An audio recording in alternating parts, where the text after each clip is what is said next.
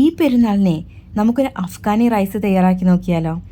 എന്ന് നമ്മൾ ബിരിയാണി, നെയ്ച്ചോറും മന്തിയൊക്കെ തന്നെയല്ലേ തയ്യാറാക്കുന്നത്. എന്ന് നമുക്ക് ഇപ്രാവശ്യം ഈ ഒരു അഫ്ഗാനി റൈസ് തയ്യാറാക്കി നോക്കിയാലോ.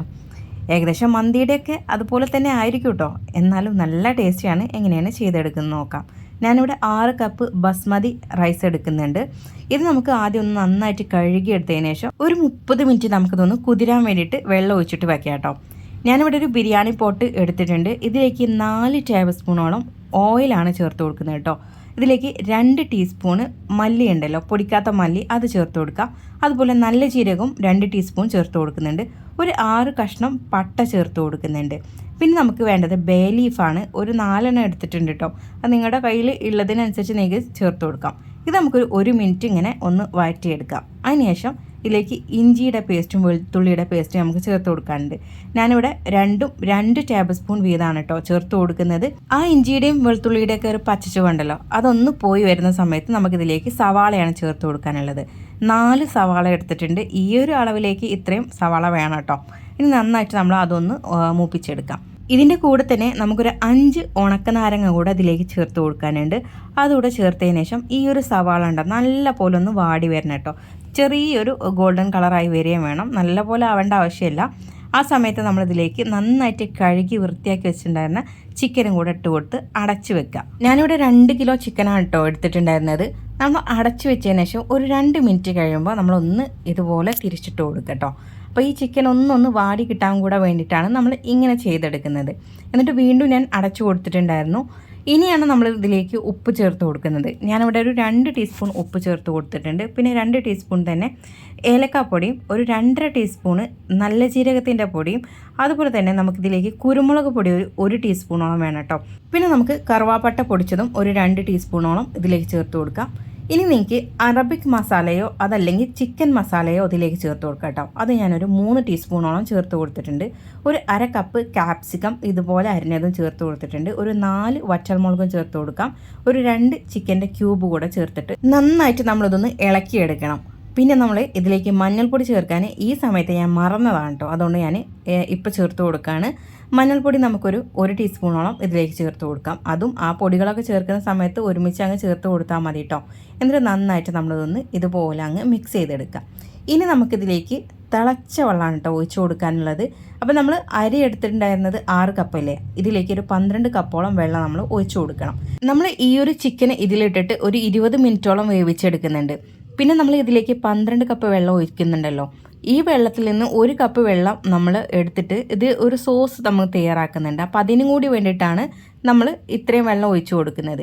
അപ്പോൾ ആ ഒരു സോസ് നിങ്ങൾക്ക് വേണ്ട എന്നുണ്ടെങ്കിൽ നിങ്ങൾക്കൊരു 10-11 കപ്പ് വെള്ളം തന്നെ ഒഴിച്ചു കൊടുത്താൽ മതി. ചിക്കൻ ഒരു മീഡിയം ടു ലോ ഫ്ലെയിമിൽ ഒരു 20 മിനിറ്റോളം വെന്തതിന് ശേഷം ചിക്കൻ അതിൽ നിന്ന് മാറ്റിയെടുക്കാം. എന്നിട്ട് ഞാൻ നേരത്തെ പറഞ്ഞല്ലോ, ഇതിൽ നിന്ന് നമ്മളൊരു 1 കപ്പ് വെള്ളം മാറ്റി വെക്കുന്നുണ്ട് കേട്ടോ. അത് മാറ്റി വെച്ചതിന് ശേഷം നമ്മളിതിലേക്ക് നേരത്തെ സോക്ക് ചെയ്ത് വെച്ചിട്ടുണ്ടായിരുന്ന ആ ഒരു റൈസ് ഉണ്ടല്ലോ, അത് നല്ല പോലെ വെള്ളം കളഞ്ഞതിന് ശേഷം ഇതിലേക്ക് ഇട്ട് കൊടുക്കാം. പിന്നെ നമുക്ക് ഇതിലേക്ക് വേവിച്ച 1 കപ്പോളം വെള്ളക്കടല ചേർത്ത് കൊടുക്കാം. ഒരു 1/4 കപ്പോളം കറുത്ത മുന്തിരി ചേർത്ത് കൊടുക്കാം. പിന്നെ ടൊമാറ്റോ പേസ്റ്റാണ് കേട്ടോ ഇതിലേക്ക് വേണ്ടത്. 1 ടേബിൾ സ്പൂണോളം സോസ് അല്ല ചേർത്ത് കൊടുക്കുന്നത്. കൂടെ ഒരു 2 ടേബിൾ സ്പൂണോളം നെയ്യ് ചേർത്ത് കൊടുക്കുന്നുണ്ട്. ഉപ്പൊന്ന് ചെക്ക് ചെയ്യുക കേട്ടോ. എന്നിട്ട് ഉപ്പില്ലെങ്കിൽ നിങ്ങൾ ഈ സമയത്ത് ഇട്ട് കൊടുക്കാം. നമ്മുടെ ചിക്കൻ്റെ ക്യൂബിലും ടൊമാറ്റോ പേസ്റ്റിൽ ഒക്കെ ഉപ്പുണ്ട്. ചിക്കൻ നമ്മൾ വേവിച്ച സമയത്തും കുറച്ച് ഉപ്പ് ചേർത്ത് കൊടുത്തിട്ടുണ്ടായിരുന്നു. അപ്പോൾ നോക്കിയിട്ട് നിങ്ങൾ ചേർത്ത് കൊടുക്കാം. ഇനി നമ്മളിതൊരു ലോ ഫ്ലെയിമിൽ 20 മിനിറ്റോളം നമ്മൾ ഇതുപോലെ വേവിച്ചെടുക്കുക. വെള്ളം നല്ല പോലെ വറ്റി വരണം. എന്നിട്ട് നമുക്കിത് നന്നായിട്ടൊന്ന് ഇളക്കി യോജിപ്പിച്ചെടുക്കാം. ഈ സമയത്ത് നിങ്ങൾക്ക് അരി വെന്തിട്ടില്ല എന്ന് തോന്നുവാണെങ്കിലേ കുറച്ച് ചുടുവെള്ളം ഒഴിച്ചിട്ട് കുറച്ച് നേരം കൂടെ അടച്ചു വെച്ചാൽ മതിയാവും. ഇനി നമ്മളിതിലേക്ക് ഒരു ഉരുളക്കിഴങ്ങ് വെച്ചിട്ട് ഒരു ഗ്രേവി തയ്യാറാക്കുന്നുണ്ട്. അപ്പോൾ അതിന് വേണ്ടിയിട്ട് ഒരു 2 ടീസ്പൂൺ നെയ്യ് ഒഴിച്ച് കൊടുക്കാം. ഒരു ഉരുളക്കിഴങ്ങ് ചേർത്ത് കൊടുക്കാം. നിങ്ങൾക്ക് ഗ്രേവി കൂടുതൽ വേണമെന്നുണ്ടെങ്കിൽ 2 ഉരുളക്കിഴങ്ങ് വെച്ചിട്ടൊക്കെ ഇത് തയ്യാറാക്കാം കേട്ടോ. ഇതിലേക്ക് വളരെ കുറച്ച് മാത്രം കുരുമുളക് പൊടി ചേർത്ത് കൊടുക്കാം. ഒരു 1-2 പിഞ്ച് ചേർത്ത് കൊടുത്താൽ മതി, അതല്ലെങ്കിൽ നിങ്ങളുടെ ഇഷ്ടത്തിനനുസരിച്ച് ചേർത്ത് കൊടുക്കാം. ഉപ്പ് ചേർത്ത് കൊടുക്കാം. പിന്നെ നമുക്കിതിലേക്ക് ചിക്കൻ്റെ മസാല വേണം, ഒരു 1/2 ടീസ്പൂൺ അതുകൂടി ചേർത്ത് കൊടുത്തിട്ടുണ്ട്. പിന്നെ 1 ടേബിൾ സ്പൂണോളം ടൊമാറ്റോ പേസ്റ്റ് കൂടെ ചേർത്ത് കൊടുക്കാം. ഇനി നമുക്ക് നന്നായിട്ടൊന്ന് ആദ്യം ഒന്ന് വഴറ്റിയെടുക്കാം കേട്ടോ. നല്ല പോലെ നമ്മളതൊന്ന് വഴറ്റിയെടുത്തതിന് ശേഷം നമ്മൾ നേരത്തെ ആ ഒരു വെള്ളം മാറ്റി വെച്ചിട്ടുണ്ടായിരുന്നല്ലോ ചിക്കനൊക്കെ വേവിച്ച്, അതിൽ നിന്ന് 1 കപ്പോ അതല്ലെങ്കിൽ 3/4 കപ്പോ ഇതിലേക്ക് ചേർത്ത് കൊടുക്കാം. കൂടെ ഒരു 1/2 കപ്പോളം ചൂടുവെള്ളം കൂടെ ഒഴിച്ചതിന് ശേഷം നമ്മൾ ഇനി ഇത് ഒരു മീഡിയം ടു ലോ ഫ്ലെയിമിൽ വെച്ചിട്ട് വേണം ഇത് വേവിച്ചെടുക്കാനായിട്ട്. ഹൈ ഫ്ലെയിമിലിട്ടാൽ വെള്ളം പെട്ടെന്ന് അങ്ങ് വറ്റിപ്പോവുകയുള്ളൂ. അപ്പോൾ നമ്മളിത് വേവിക്കുന്ന സമയത്ത് ലോ ടു മീഡിയം ഫ്ലെയിമിലിട്ടിട്ട് വേണം വേവിച്ചെടുക്കാനായിട്ട്. ഇനി നമ്മൾ നേരത്തെ മാറ്റി വെച്ചിട്ടുണ്ടായിരുന്ന ആ ഒരു ചിക്കൻ ഉണ്ടല്ലോ, അത് നമ്മളൊന്ന് ഫ്രൈ ചെയ്തെടുക്കണം കേട്ടോ. അപ്പോൾ അതിന് വേണ്ടി ഞാനിവിടെ ഫ്രൈ പാൻ വെച്ചിട്ടുണ്ട്. ഇതിലേക്ക് നമ്മൾ ആ ചിക്കൻ ഇട്ടിട്ട് ഒന്ന് വറുത്തെടുത്താൽ മതി. നല്ല പോലെ വേവിക്കേണ്ട ആവശ്യമൊന്നുമില്ല. നമ്മളിത് നേരത്തെ വേവിച്ച ചിക്കനാണ്, അതുകൊണ്ട് തന്നെ ജസ്റ്റ് ഒന്ന് ആ ഒരു ഫ്രൈ ആയി വരുന്ന ഒരു ഇത് കിട്ടിയാൽ മാത്രം മതി.